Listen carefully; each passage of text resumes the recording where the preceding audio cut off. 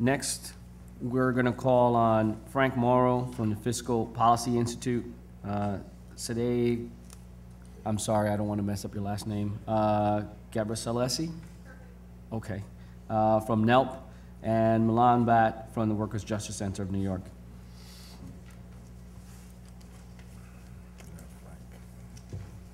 This is very good. Thank you very much.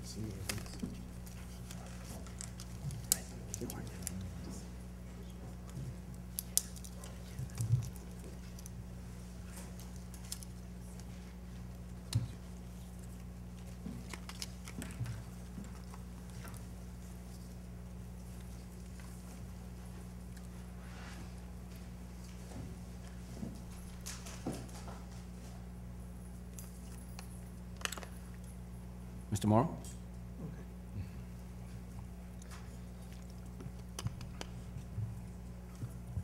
Thank you for having this hearing, and thanks for working on this important issue.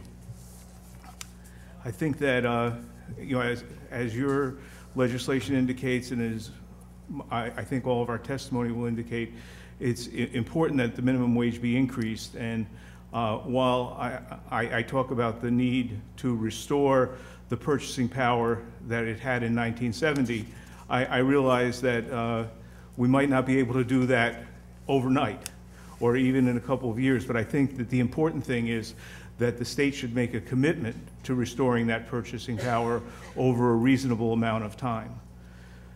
I'll read quickly through my written testimony. From their inception, minimum wage laws have been designed to ensure that all workers receive some minimally acceptable level of compensation without subjecting responsible employers to unfair competition.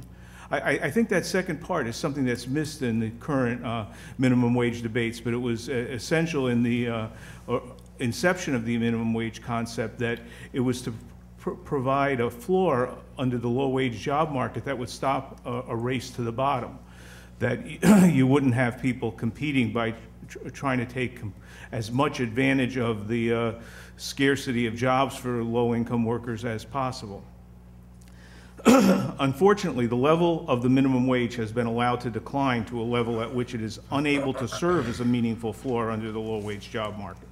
On economic, social, and moral grounds, it is essential that the purchasing power of the minimum wage be restored and then indexed to changes in an objective measure, such as the Consumer Price Index or average hourly earnings. And as I mentioned at the beginning, I know that'll take several years to get back to the purchasing power of 1970. When New York State's minimum wage reached its all-time high in purchasing power. On July 1st, 1970, the minimum wage was increased to $1.85 per hour. That's the equivalent today of $10.70. A job at that wage level made it possible for a worker to get his or her feet on the ground, to support a family, and to lay the foundation for a better future. In fact, during most of the 1960s and 1970s, the earnings of someone working full-time year-round at the minimum wage were enough to lift a family of three above the poverty line. This is no longer true. Someone working full-time year-round at the current minimum wage level of $7.25 now earns less than 82% of the poverty level for a family of three, and has only 2/3 of the purchasing power of a similar worker in 1970. The situation is even more revealing when one compares New York to the other states. And this comparison helps to explain why New York has the most unequal income distribution of the 50 states.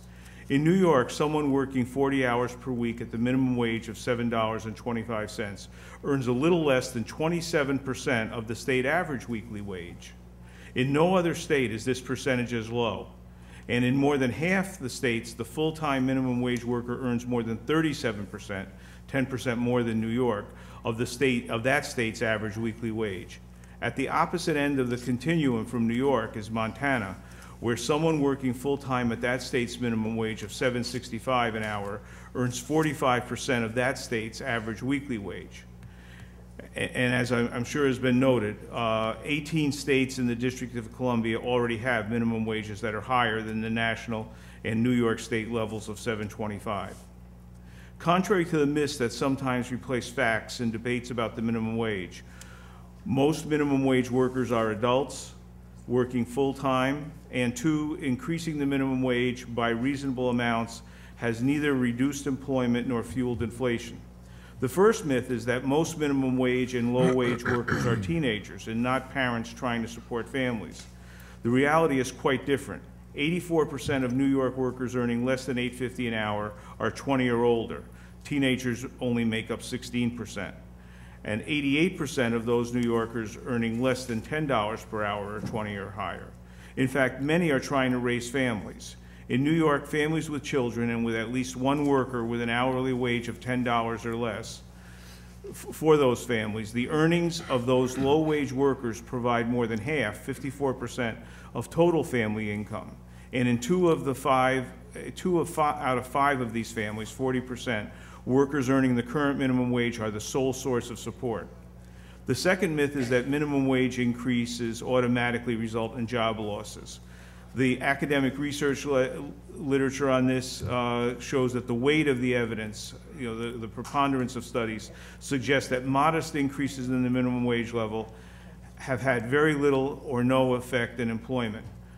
We published a study in 2007 that found that when New York acted in 2004, its last increase in the minimum wage in 3 steps occurring in 2005, 6, and 7, in the 3 years following the first stage of that increase, low-wage industries did not suffer employment losses. In fact, employment in low-wage industries like retail and restaurant in New York State grew just as fast relative to total job growth as at the national level.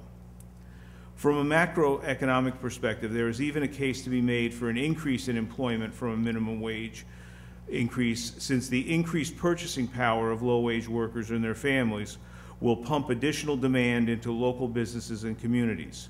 We've estimated, we're not saying it's a huge increase, but on balance, it's positive, not negative. We've estimated that an increase in the minimum wage to $10 an hour in 3 annual steps would create roughly 25,000 new jobs in New York State, and the increase that's being proposed in Senator Espaillat's bill and in the Speaker's bill to go to $8.50, we estimate would create an increase of roughly 7,500 new jobs in New York State. So this is not saying there's a gargantuan economic positive impact, but it's not a negative impact. On balance, it's positive. Restoring the purchasing power of the minimum wage to its 1970 level would require a higher minimum wage than the Congress or the state legislature or even Senator Espaillat are proposing. But even if the minimum wage legislation were increased to that level in several reasonable steps, its value would be eroded by inflation by the time that phase-in was completed. An alternative would be the following: to establish a target minimum wage of $10.70 an hour, not the actual minimum wage, but our target, and then to adjust the target annually for inflation or for changes in average hourly wage. Third, to increase the actual minimum wage by a reasonable fixed amount each year until it reaches that moving target, and thereafter to have the actual minimum wage equal the target. Indexing the target minimum wage to changes in average hourly earnings rather than to a measure of inflation such as the Consumer Price Index would have the advantage of ensuring that low-wage workers share in the overall growth in the economy generated by productivity improvements. I know getting indexing just to inflation is going to be an important accomplishment if you can achieve it, but what we're saying, a little better would be indexing it to the average weekly wage. Thank you. Thank you, Mr. Morrow. Yes, thank you, Mr. Morrow. In the bill, we have a provision that calls for non-preemption for local governments. What's your opinion on that?